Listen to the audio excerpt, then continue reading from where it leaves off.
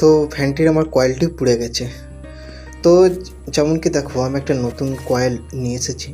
তো কয়েল আনার পরে তোমরা কিন্তু কয়েলটা একবার হাত বুলিয়ে এবার দেখে নেবে যে কয়েলে কোনো পাতি উঠে আছে কি না, আর কয়েলের হোলগুলো ঠিকঠাক রয়েছে কিনা। এরপর দেখো আমি কয়েলের লিডগুলো আমি টেস্ট করে নিচ্ছি।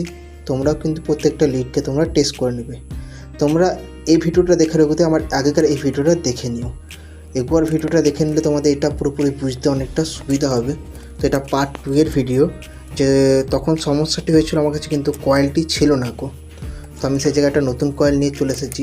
যেমন দেখো আমি কিন্তু এরপরে ফ্যানের যে নাটগুলো সেগুলো কিন্তু খুলে দিলাম। এটা খুলে দিলে আমাদের এই কয়েলটি কিন্তু বসাতে অনেকটা সুবিধা হয়। তো এবার আমরা হাতুড়ি নিয়ে এবার ঠুকে ঠুকে এটাকে চার সাইড আস্তে আস্তে ঠুকে ঠুকে আমরা এটাকে বার করে নেব। যেমন দেখো বার করে নিয়েছি। এরপরে তার অপোজিট সাইড থেকে কিন্তু আমরা কয়েলটিকে লাগাবো।